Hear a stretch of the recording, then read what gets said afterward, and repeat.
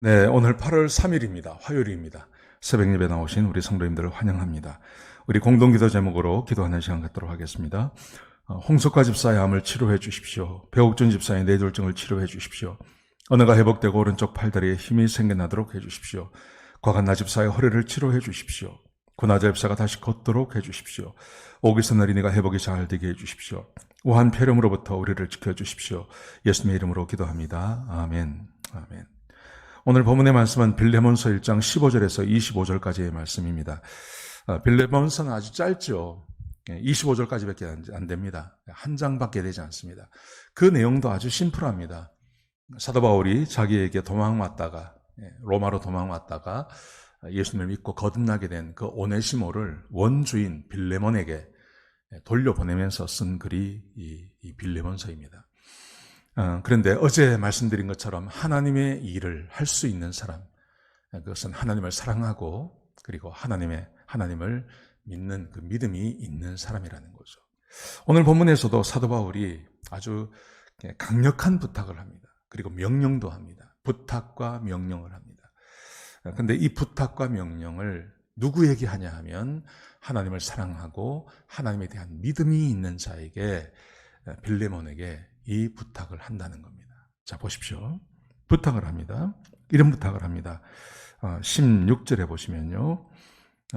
이후로는 오네시모를 종과 같이 대하지 말라. 종 이상으로 대하라. 사랑받는 형제로 두라.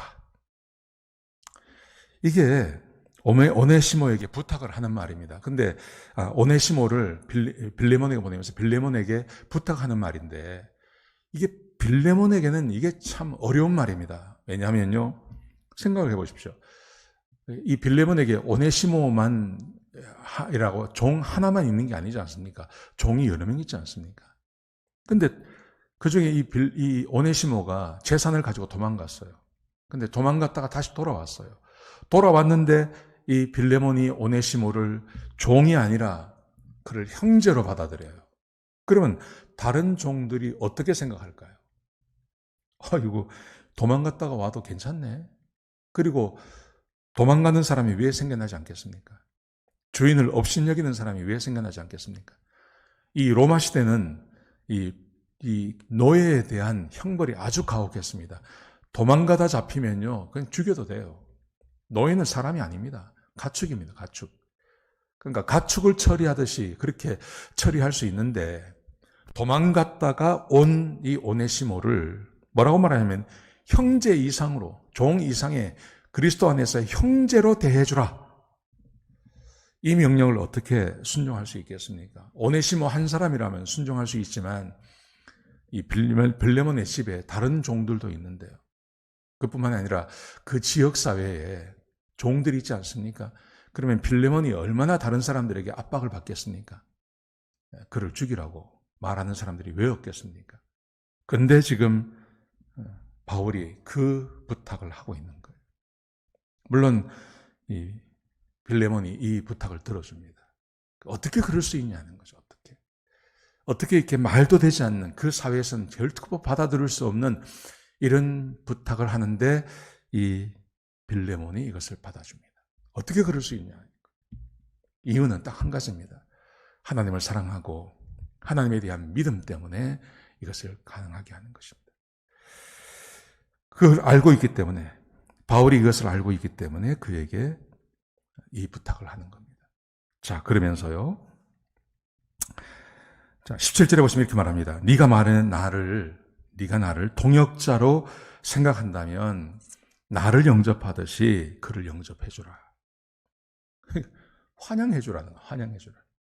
오는데 환영 그래가지고 오네시모, 도망갔다 오는 종을 환영해주라.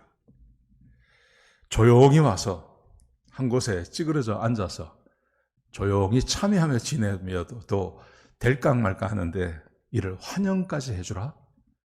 마치 사도 바울이 온 것처럼 그렇게 환영해주라. 영접해주라. 환영해주라. 이것을 어떻게 순종할 수 있냐는 겁니다. 근데 사도 바울이 이것을 부탁합니다. 부탁한 대로 할 줄 아니까요. 이것을 부탁하는 거예요. 어떻게 그게 가능합니까? 하나님을 사랑하고 하나님에 대한 믿음 때문에 그렇다는 겁니다. 자, 그러면서 사도 바울이 이렇게 말합니다. 만일 내게 불의가 있거나 불의했거나 빚진 것이 있다면 나에게 계산해라. 내가 갚겠다. 사도 바울도 또 헌신을 하죠. 헌신을 합니다. 그러면서 20절에 보시면 20절 21절에 보시면 이렇게 말합니다. 네가 내 마음을 기쁘게 할 줄로 내가 알고 있다. 그리고 네가 나에게 순종할 것을 내가 알고 있다. 사도 바울이 그렇게 말합니다. 그러니까 이 부탁하는 것, 그를 형제 이상으로 맞아주고 그를 영접해주고 환영해주는 것 내가 할 줄로 믿는다. 그렇게 말하죠. 어제 말씀과 오늘 말씀이 구분되지 않습니다. 어떻게 사도 바울은 이런 부탁을 그에게 할 수 있냐 하는 것입니다. 믿음과 사랑 때문에. 하나님에 대한 사랑과 하나님에 대한 믿음이 있기 때문에 이 부탁을 할 수 있다고 사도 바울이 말하고 있는 거죠. 사랑하는 성도 여러분, 제가 바라기는 우리 성도님들도 믿음과 사랑이 있는 그런 분들이 되었으면 좋겠습니다. 하나님에 대한 사랑, 하나님에 대한 믿음, 하나님에 대한 믿음과 하나님에 대한 사랑이 있어서 하나님께서 우리에게 일을 부탁할 수 있고 교회가 일을 부탁할 수 있는, 굉장히 힘들고 어려운 일도 부탁할 수 있는, 우리 교회에 그런 분들이 계십니다.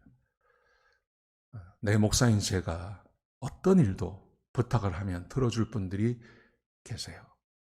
얼마나 감사한지 몰라요.